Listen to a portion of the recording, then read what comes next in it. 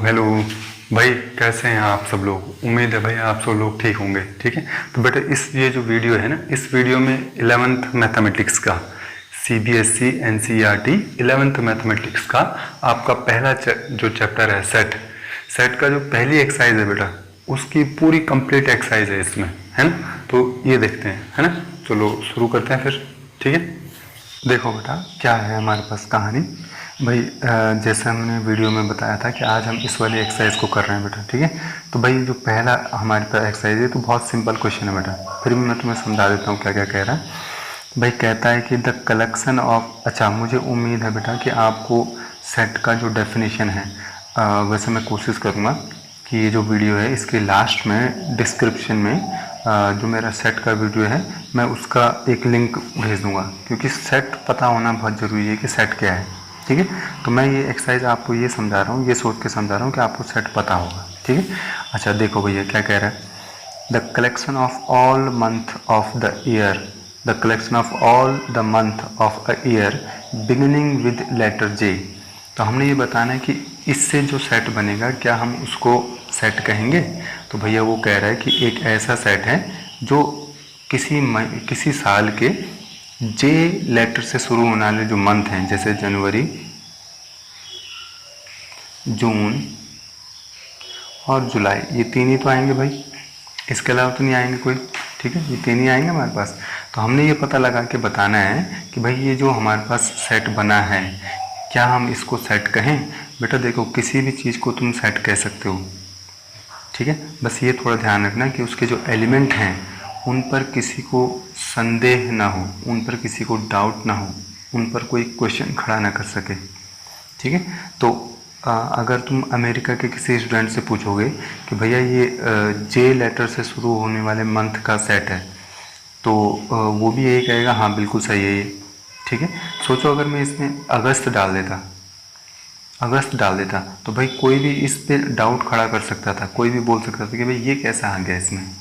ठीक है, बात समझ में आ रही है। ठीक है, तो क्योंकि ये जे अक्षर से शुरू होने वाले हैं और किसी को भी इन पे डाउट नहीं है ना, तो ये एक सेट है। ठीक है, अच्छा भैया देखो दूसरा हमारे पास दूसरा क्या कह रहा है। दूसरा कह रहा है the collection of 10 most talented writer of India. अब भाई जरा ध्यान से देखो बेटा, मोस्ट टैलेंटेड राइटर, मान लो मैंने एक लिखा इसमें प्रेमचंद।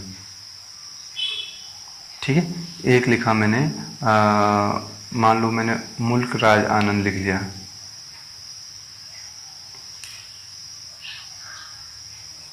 ठीक है, और एक मैंने सपोज कर लो इसमें लिख दिया मान लो मैंने चेतन भगत लिख दिया।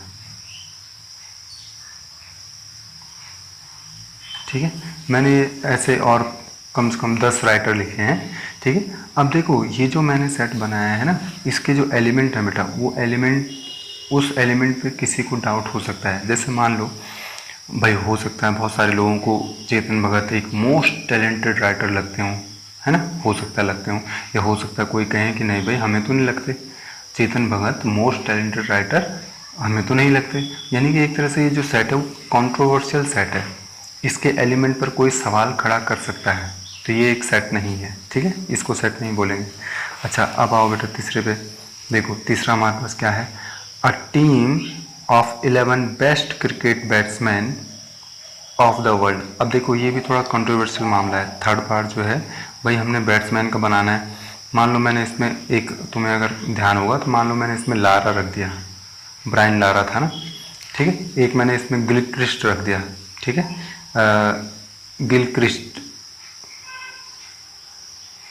ठीक है, मान लो एक इसमें मैंने सचिन रख दिया, ऐसे मैंने और भी रखे। ठीक है, तो भाई ये जो सेट है इसके एलिमेंट पे हो सकता है किसी को डाउट हो, है ना, क्योंकि भाई हो सकता है कोई लारा को सबसे बेस्ट बैट्समैन ना मानता हो, है ना। तो ये एक कंट्रोवर्शियल सेट है बेटा, तो इसका मतलब ये सेट नहीं है, इसके एलिमेंट पर किसी को डाउट हो सकता है। ठीक है, अच्छा अगला देखो, अगला हमारे पास क्या कह रहा है, the collection of all boys in your class, आपकी क्लास के सारे बॉयज़ का सेट। तो भाई आपके क्लास के सारे बॉयज़ का सेट एक, भाई मान लो उसमें है रमेश है, ठीक है, सुरेश है ना, दीपक है, ऐसे बहुत सारे हैं उसमें। ठीक है। तो अब हम इसको क्या सेट करेंगे, अरे भाई इसको सेट करेंगे, तुम्हारी क्लास के बच्चे हैं ये, ठीक है, तुम्हारी क्लास के बच्चे हैं, तुम्हारी क्लास का जो अटेंडेंस रजिस्टर होगा उसमें इनका नाम लिखा होगा, है ना। कोई इन पर सवाल खड़ा नहीं कर सकता। ये अगर तुम्हारी क्लास का है तो कोई ये थोड़ी बोलेगा नहीं नहीं ये तुम्हारी क्लास का नहीं है। अरे भाई अगर ये तुम्हारी क्लास का है तो इसका नाम होगा, अटेंडेंस रजिस्टर में इसका नाम होगा, ठीक है। इस पर कोई सवाल नहीं खड़ा कर सकता। बेटा खुद सोचो, तुम्हारी क्लास में जो बच्चे हैं इस समय जो तुम वीडियो देख रहे हो, और इस समय तुम्हारी क्लास में जो बच्चे होंगे तो वो तुम्हारी क्लास के बच्चे हैं भाई, उन पर कोई सवाल थोड़ी खड़ा कर सकता है। ये थोड़ी बोलेगा नहीं नहीं ये तो 11th क्लास का नहीं है, ये तो किसी और क्लास का है, ऐसे थोड़ी बोल सकते हैं, ठीक है। तो ये एक सेट है। अच्छा अगला क्या है भाई हमारे पास, अगला है the collection of all natural number less than 100। भाई वो कह रहा है कि नेचुरल नंबर का कलेक्शन है और कैसा होना चाहिए, लेस देन 100 होना चाहिए, 1 2 3 and so on up to 99। क्या इसको हम सेट कहेंगे, अरे भाई बिल्कुल कहेंगे इसको सेट, ठीक है, इसको हम बिल्कुल सेट कहेंगे। क्यों, क्योंकि ये सारे के सारे नेचुरल नंबर हैं, इनमें किसी पर भी हम डाउट खड़ा नहीं कर सकते। हम ये नहीं बोल सकते कि ये नेचुरल नंबर नहीं है। समझ में, मान लो मैं यहाँ पे रूट रख देता, रूट 3 रख देता, तब तुम कहते कि सर आपने सारा सही लिखा है लेकिन ये जो एलिमेंट है इस पर हमें डाउट है, ठीक है। तो ये है बेटा, तो इसका मतलब ये सेट है। अच्छा अगला क्या है हमारे पास, the collection of novels written by writer Munshi Premchand. अब मुंशी प्रेमचंद ने जो नॉवेल्स लिखे हैं उनका सेट बनाना हमें, तो उन्होंने एक लिखा था उन्होंने गबन, एक लिखा उन्होंने गोदान, ठीक है, ऐसे बहुत सारे नॉवेल्स लिखे हैं उन्होंने। तो भाई उनके जो नॉवेल्स हैं उनके नॉवेल्स में बेटा कोई सवाल थोड़ी खड़ा कर सकता है, ये थोड़ी बोल सकते हैं हम कि नहीं नहीं ये इन्होंने नहीं लिखा, है ना। उनके किसी भी नॉवल पे अगर हम सेट बनाएंगे तो वो उनके सारे लिखे हुए नॉवेल्स हैं, तो इसका मतलब सेट है। अच्छा the collection of all even integer, भाई मैं एक सेट बना रहा हूँ ऑल इवन इंटीजर का, 2 4 6 एंड सो ऑन। तो क्या इसको हम सेट कहेंगे, अरे भाई सारे के सारे इवन नंबर हैं इवन नंबर, तो इवन नंबर के सेट के इस पर क्या तुम्हें इस एलिमेंट पे डाउट है, या तुम्हें ये लग रहा है कि ये एलिमेंट यहाँ आना चाहिए कि नहीं आना चाहिए। अरे भाई सारे के सारे सही एलिमेंट हैं, इवन नंबर हैं सारे, तो ये एक सेट है, ठीक है। अच्छा अब आओ बेटा ज़रा ध्यान से इसकी सेटिंग में थोड़ा सा,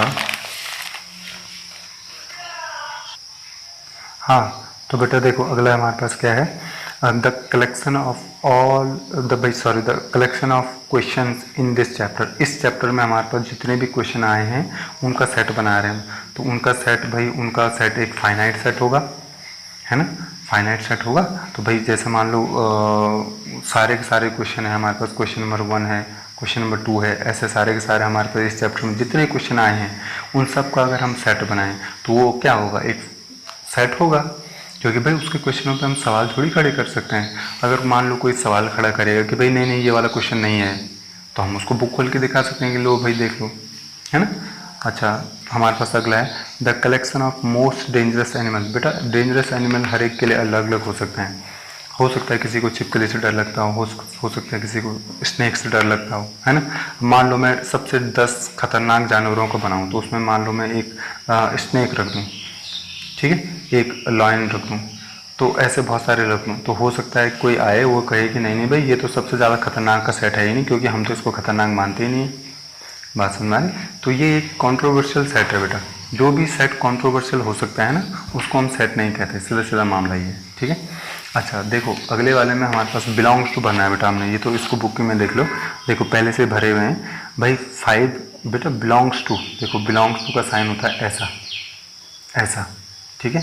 तो भाई ज़रा ध्यान से एक बात ये देखो कि भाई 5 इस ग्रुप में है, हाँ 5 इस ग्रुप में है, तो हम भरेंगे 5 बिलोंग्स टू ए। अच्छा 8 इस ग्रुप में है, नहीं है, हम भरेंगे 8 does not belongs to.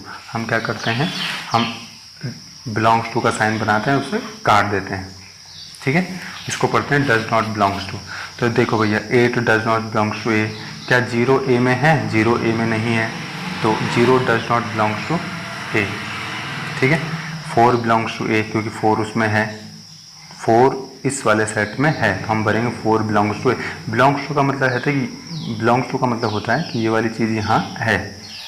2 belongs to ए क्योंकि 2 यहाँ है।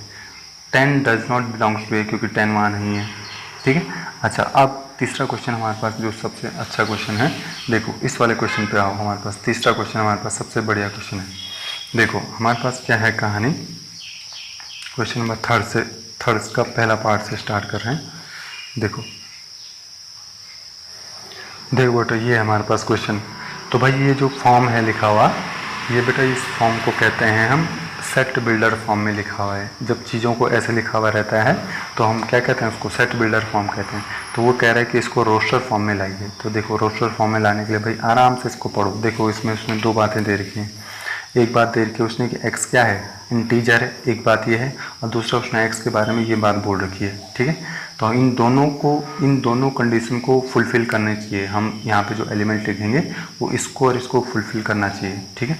तो x एक इंटीजर है और x कहाँ से कहाँ तक है, -3 से 7 के बीच में कहीं पड़ेगा, ठीक है। अच्छा, तो मैं लिख रहा हूँ -3, क्योंकि -3 के लिए क्या लगा रखा, इज इक्वल टू का साइन लगा रखा, तो -3 ले सकते हैं। -2, -1, 0, 1, 2, 3, 4, 5, 6। अब 7 नहीं ले सकते देखो, क्योंकि 7 के लिए इज इक्वल टू का साइन नहीं है, ठीक है। तो ये हमारा रोस्टर फॉर्म आ गया, ठीक है। अब देखो भाई अगला पार्ट है हमारे पास, इसका जो दूसरा पार्ट है।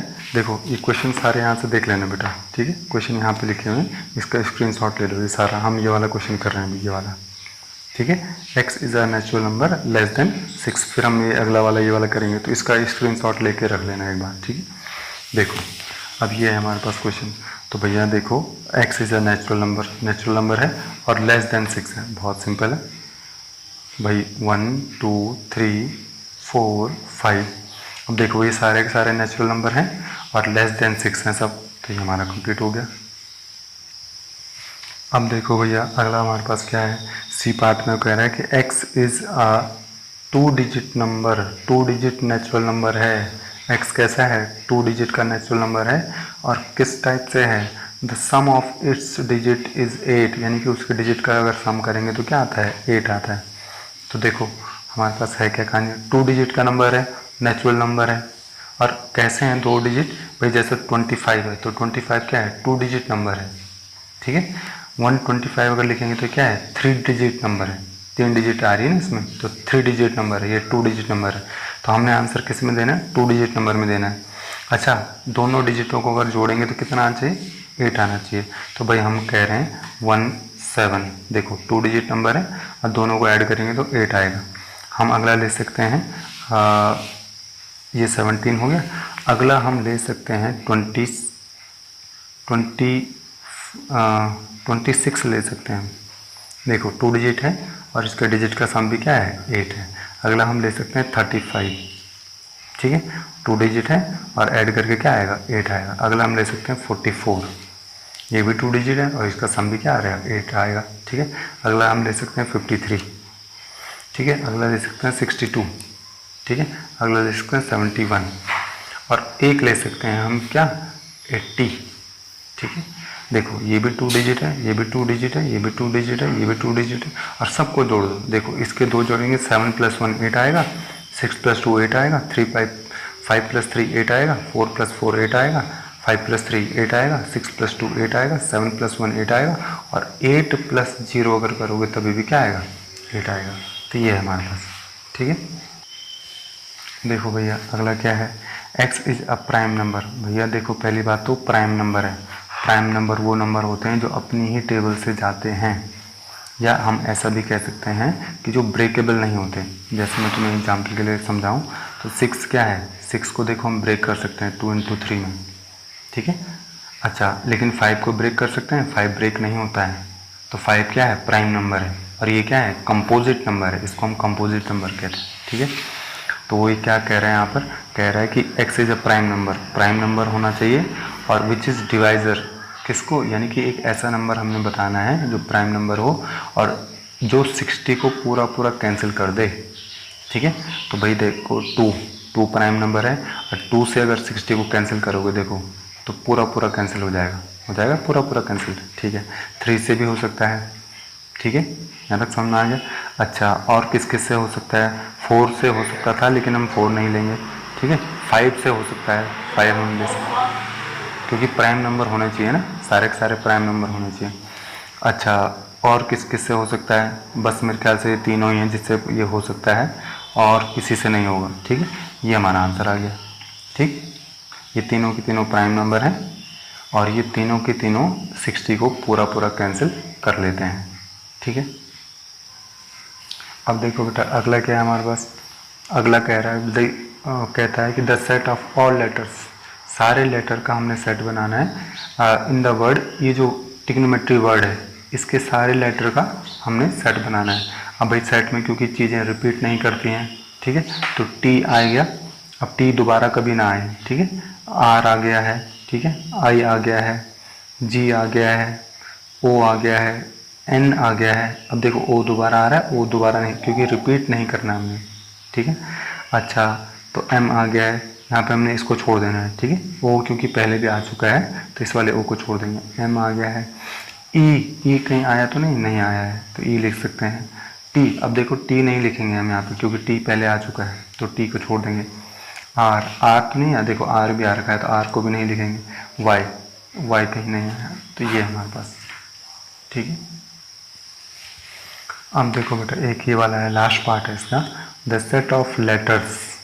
हमने यहाँ पे लेटर का सेट बनाना है इन द वर्ड, इस वर्ड में यूज हुए जो लेटर। अब ध्यान रखना रिपीट ना करे कोई। ठीक है, तो पी ई, अब टी दो बार है लेकिन हम एक ही बार लिखेंगे, और ई को लिखना था लेकिन ई को पहले ही लिख चुके हैं हम तो ई को नहीं लिखेंगे।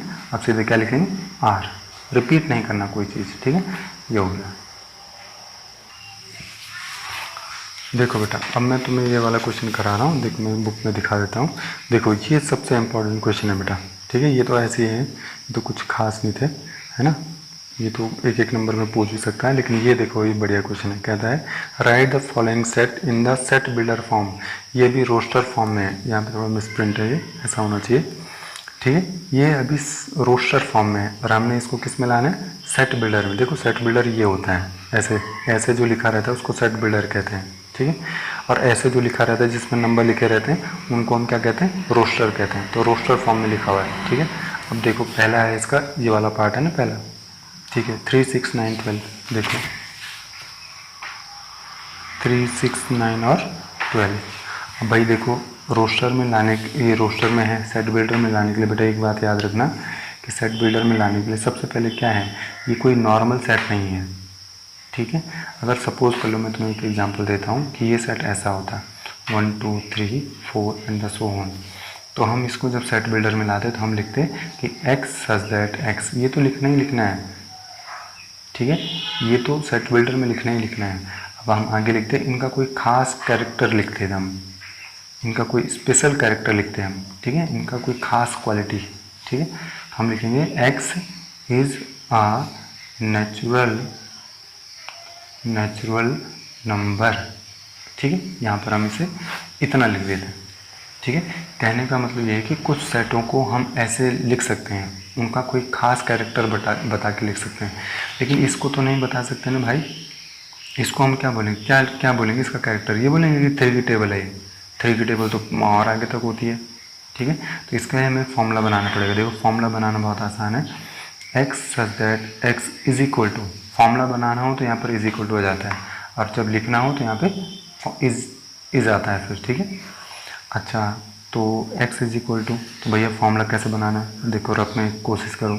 3 को हम लिख सकते हैं 3, 6 को हम क्या लिख सकते हैं? 2 इंटू 3 लिख सकते हैं। ठीक है, 9 को हम क्या लिख सकते हैं? 3 इंटू 3 लिख सकते हैं। 12 को हम क्या लिख सकते हैं? 3 इंटू 4 लिख सकते हैं। देखो इसको मैं अगर 3 इंटू 2 लिखूँ, ठीक है बन गया। अब जरा ध्यान से एक बात देखो, इन सब में देखो यहाँ पर मैं 3 इंटू 1 लिख सकता हूँ। इन सब में जो पहला हमारे पास फैक्टर है वो चेंज नहीं हो रहा है, 3 3 3 3 आ रहा है, तो तुम भी उसको 3 ही लिखो ना। जब वहाँ चेंज नहीं हो रहा है तो तुम भी चेंज मत करो। ठीक है, अच्छा दूसरा फैक्टर चेंज हो रहा है, तो जो चीज़ चेंज होती है उसकी जगह n लिख दो। बात समझ में आ गई बेटा? ये फॉर्मूला बनाने का मेथड यूनिक मेथड है, कहीं नहीं मिलेगा तुम्हें ऐसा। ठीक है, अच्छा ये बन गया। अब n के बारे में बताओ भाई, n के बारे में, n कैसा है तुम्हारा? नेचुरल नंबर से है ना, 1 2 3 4, तो n बिलोंग्स टू n। ठीक है, यानी कि n कहाँ से बिलोंग करेगा, नेचुरल नंबर से। अब n क्योंकि ज़्यादा नहीं है, बहुत लिमिटेड है, 1 से लेके 4 तक है, तो यहाँ पर कहो 1, यहाँ पर कहो 4, बीच में डाल दो n और यहाँ पर लगाओ लेस देन और इक्वल टू, लेस देन और इक्वल टू। देखो इससे क्या नॉलेज मिलती है, ये बनेगा तुम्हारा फॉर्मूला। n के बारे में तुम्हें बता दिया कि n कैसा है, नेचुरल नंबर से आता है, और n कहाँ से कहाँ तक है, 1 से लेके 4 तक है, और 1 और 4 को भी ले सकते हैं क्योंकि हमने इज इक्वल टू का साइन लगाया है। ठीक है, ये बन गया। दूसरा पार्ट देखो, दूसरा है, मैं यहाँ पे लिख देता हूँ दूसरा पार्ट, 2 4 8 16 32, इतना ही है। ठीक, अब भैया ज़रा ध्यान से देखो, इसके लिए फॉर्मूला बनाना पड़ेगा। रफ काम में एक काम करो, देखो 2 को हम लिख सकते हैं 2, 4 को हम लिख सकते हैं, 4 को हम क्या लिख सकते हैं, 2 इंटू 2 लिख सकते हैं, 8 को क्या लिख सकते हैं, 2 इंटू 2 इंटू 2 लिख सकते हैं। तो देखो जरा, ये 2 की पावर 1 है, ये 2 की पावर क्या है 2, ये 2 की पावर क्या बन रही 3, तो जाहिर सी बात है जो 16 है वो क्या बनेगा 2 की पावर 4। अच्छा, जो 32 है वो क्या बनेगा 2 की पावर 5 बनेगा। ठीक है, चाहो तो करके देख लो। तो यानी कि मेरा फॉर्मूला, मुझे फॉर्मूला क्लिक करेगा मेरे दिमाग में कि फॉर्मूला कैसे बनना है। तो मैं लिखूँगा x such that x is equal to, क्या चीज़ है जो नहीं बदल रही है। देखो जो बेस है, इस जो हर किसी का बेस है, बेस नहीं बदल रहा है, तो तुम भी बेस को मत बदलो। अच्छा, पावर हर बार बदल रही है ना, बदल रही है पावर, तो जो चीज़ बदलती है उसकी जगह n लिख देते हैं। अब n के बारे में बताओ, n बिलोंग्स टू n। अब n कहाँ से कहाँ तक है, 1 से लेकर 5 तक है, तो 1 5 बीच में n, और ये कंप्लीट हो गया। बात समझ में आ गई। अच्छा, थर्ड पार्ट देखो भाई, थर्ड पार्ट में है बेटा a इज इक्वल टू 5 25 125 625। ठीक है, तो वही है, क्योंकि इसका तो फॉर्मूला बनाना पड़ेगा हमें, नॉर्मल चीज़ है नहीं। X such that x is equal to, ये तो लिख दो। अब फॉर्मूले के लिए यहाँ पे देखो, 5 को 5 लिख सकते हैं, 25 को क्या लिख सकते हैं, 5 इंटू 5 लिख सकते हैं, 5 इंटू 5 लिख सकते हैं ना, और 5 इंटू 5 यानी कि 5 की पावर 2, तो ये 5 की पावर 1 होगी, ये 5 की पावर 2 होगी। 125 को क्या लिख सकते हैं, 5 की पावर 3। 625 को क्या लिख सकते हैं, 5 की पावर 4। तो फॉर्मूला क्लिक करेगा दिमाग में, क्या चीज़ है जो नहीं बदल रही है, वो है बेस। बेस यहाँ भी 5 है, यहाँ भी 5 है, यहाँ भी 5 है, यहाँ भी 5 है, तो बेस को हम रखेंगे 5। पावर बदल रही है, तो जो बदल रही है उसकी जगह n। अब n के बारे में बताओ, n कहाँ से है, नेचुरल नंबर से, और कहाँ से कहाँ तक है, 1 से लेकर 4 तक है। समझ में आ गए। अच्छा, ये भी हो गया भाई। अच्छा, फोर्थ है हमारे पास, a is equal to 2 4 6 8 and so on. ठीक, ये हमारे पास। तो भैया ज़रा ध्यान से देखो, इसको तो वैसे चाहो तो तुम वर्डिंग में लिख सकते हो बेटा, इसका कैरेक्टर तो हम जानते हैं। इसको हम लिख सकते हैं दो तरीके से, देखो कैसे। इसको हम ऐसे लिख सकते हैं, x such that x is a positive even number, ऐसे लिख सकते हैं। सारे के सारे पॉजिटिव हैं और इवन नंबर है। या फिर तुम अगर इसका फॉर्मूला बनाना चाहते हो तो x such that x is equal to, देखो इन सब में जरा ध्यान से देखो हो क्या रहा। फॉर्मूला बनाना आसान है बेटा, फैक्टर कर दो। 2 को हम 2 लिख सकते हैं, 4 को हम 2 इंटू 2 लिख सकते हैं, 6 को हम 2 इंटू 3 लिख सकते हैं, 8 को हम क्या लिख सकते हैं, 2 इंटू 4 लिख सकते हैं।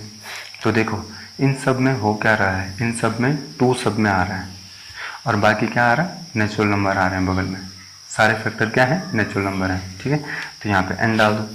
n के बारे में बताओ, n बिलोंग्स टू n करता है, और n क्योंकि तुम्हारा क्या है, अनलिमिटेड है, तो तुम्हें यहाँ पे बताने की ज़रूरत नहीं है कि n कितना ले रहे हो तुम। ठीक है, इतना बहुत है बताना। ये हमारा आंसर हो गया। तो ऐसे दो चाहे ऐसे दो।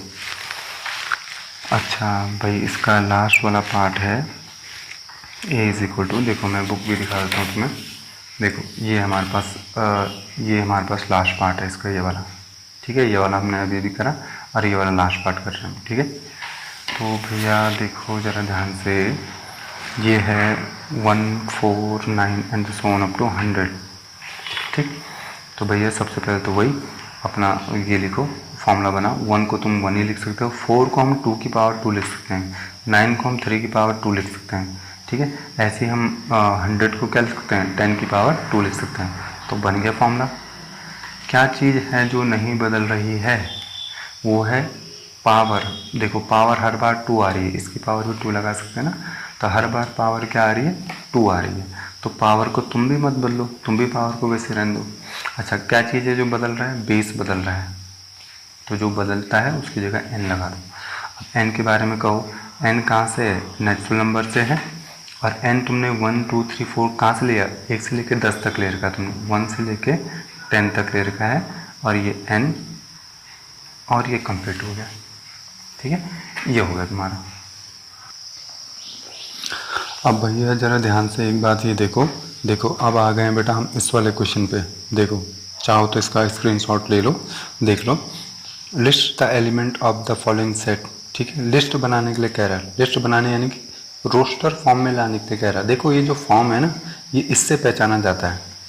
ठीक, अगर ऐसा कहीं लिखा हुआ है, ऐसा एक्स सच दैट एक्स, और आगे जो भी कहानी सुना रहा है वो, अगर ऐसा कहीं लिखा हुआ है तो समझ जाया करो कि वो सेट बिल्डर में है।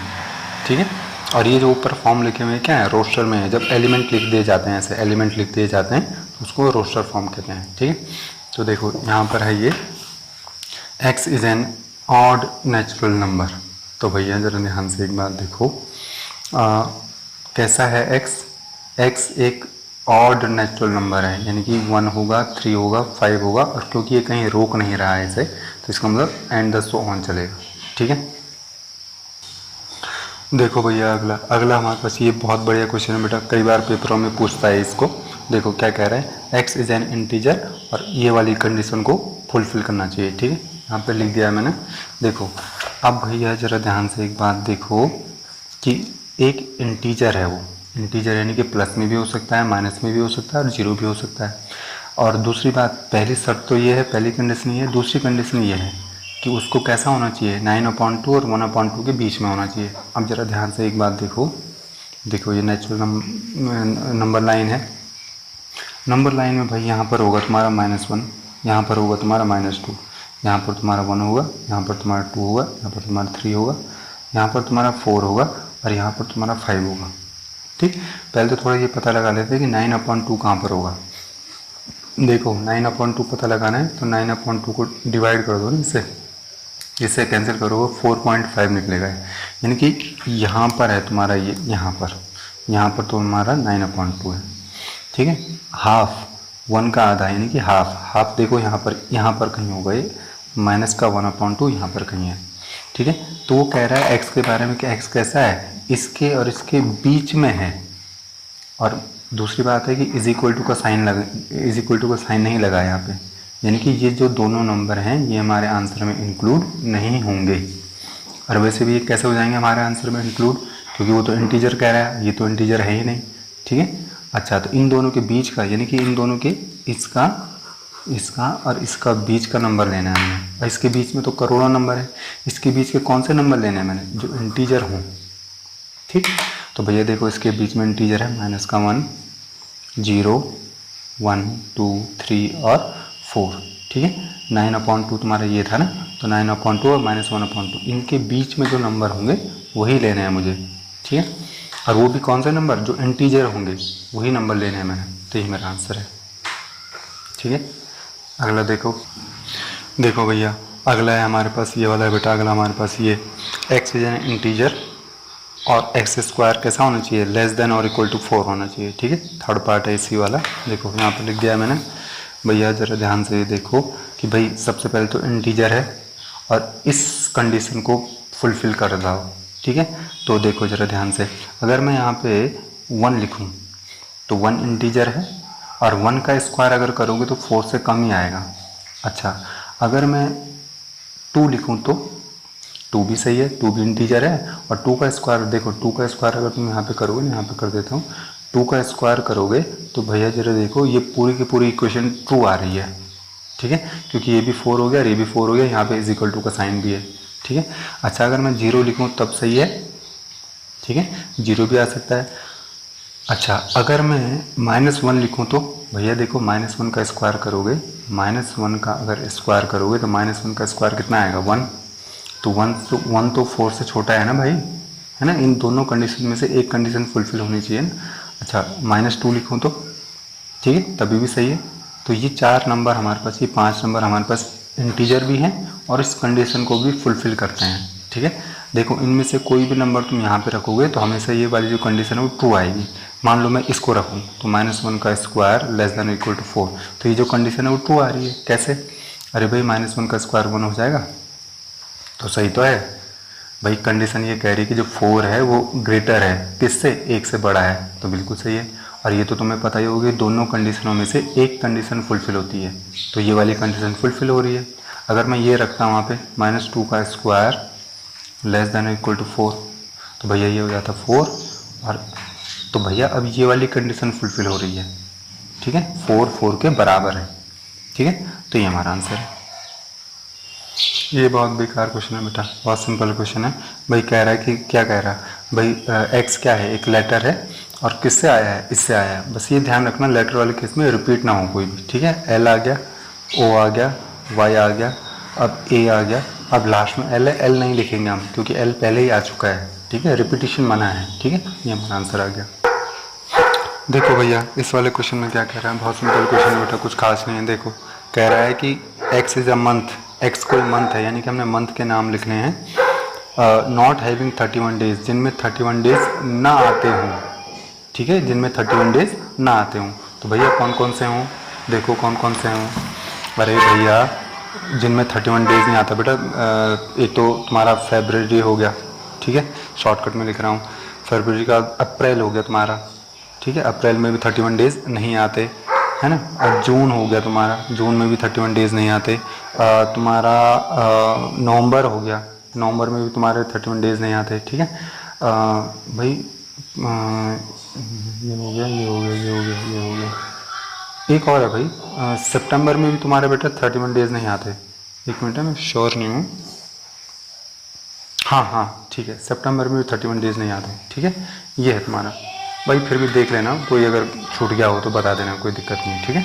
तो ये है हमारे पास। अब देखो भैया अगला लास्ट पार्ट है बेटा इसका, कह रहा है कि x is a consonant in English alphabet. X क्या है, कोई कॉन्सोनेंट है इंग्लिश अल्फ़ाबेट का, और कैसा है, विच प्रिसीड्स के। बात समझ में, के से पहले आने वाले सारे के सारे क्या हैं, कॉन्सोनेंट लिखने हैं हमने, ठीक है। तो भैया ज़रा ध्यान से करो, देखो कॉन्सोनेंट लिखने हैं हमने के से पहले वाले ना। तो भैया देखो ए तो नहीं लिखेंगे क्योंकि ए तो वोवल्स में आ गया ना, तो बी लिखेंगे, ठीक है, सी लिखेंगे, डी लिखेंगे, तुम्हारा ई नहीं लिखेंगे, एफ लिखेंगे, जी लिखेंगे, जी के बाद एच लिखेंगे, आई नहीं लिखेंगे, आई के बाद क्या लिखेंगे, जे लिखेंगे, ठीक है। ये आ गया हमारे पास, समझ में आ गया। ये है बेटा। देखो लास्ट जो हमारे पास क्वेश्चन है उसमें मैच करना है, कहता है कि मैच करिए। तो मैच करना तो कोई बड़ी बात नहीं है भाई। देखो यहाँ इस तरफ हमारे पास किस में दे रखा है, रोस्टर में दे रखा है, और इस तरफ सेट बिल्डर में दे रखा है। तो भैया आराम से पता लगाते रहो। देखो कहता है कि x is a prime number है और डिवाइजर ऑफ 6, यानी कि प्राइम नंबर होने चाहिए, है ना, और 6 को डिवाइड करने वाले होने चाहिए। तो भैया ये है वो, दोनों के दोनों प्राइम नंबर भी हैं और 6 को डिवाइड भी करते हैं, ठीक है। तो ये हो गया ये। अच्छा दूसरा क्या है, x is an odd natural number, odd natural number है और लेस देन 10 है। तो भैया देखो साफ साफ है, ऑड है सारे के सारे और लेस देन 10 है, तो ये आ गया तुम्हारा दूसरा वाला। अच्छा मैथमेटिक्स वाला तो तुम वैसे ही मिला लिए होगे, तो मैथमेटिक्स वाला यही होगा, ठीक है। X is a natural number and divisor of 6, natural number होना चाहिए, नेचुरल नंबर, ठीक है। वहाँ प्राइम नंबर था, यहाँ नेचुरल नंबर है, और क्या होना चाहिए, 6 को पूरा डिवाइड करता हो, तो ये है, ठीक है। तो तुम्हारी ये पूरी की पूरी एक्सरसाइज खत्म होगी बेटा। कल नई एक्सरसाइज के साथ मिलेंगे। पूरी की पूरी तुम्हारी जो 1.2 है वो 1.2 और प्लस 1.3, क्योंकि 1.2 में तो कुछ खास है नहीं, तो 1.2 और 1.3 दोनों कंप्लीट मिलेंगी तुम्हें कल, ठीक है। कल मिलते हैं।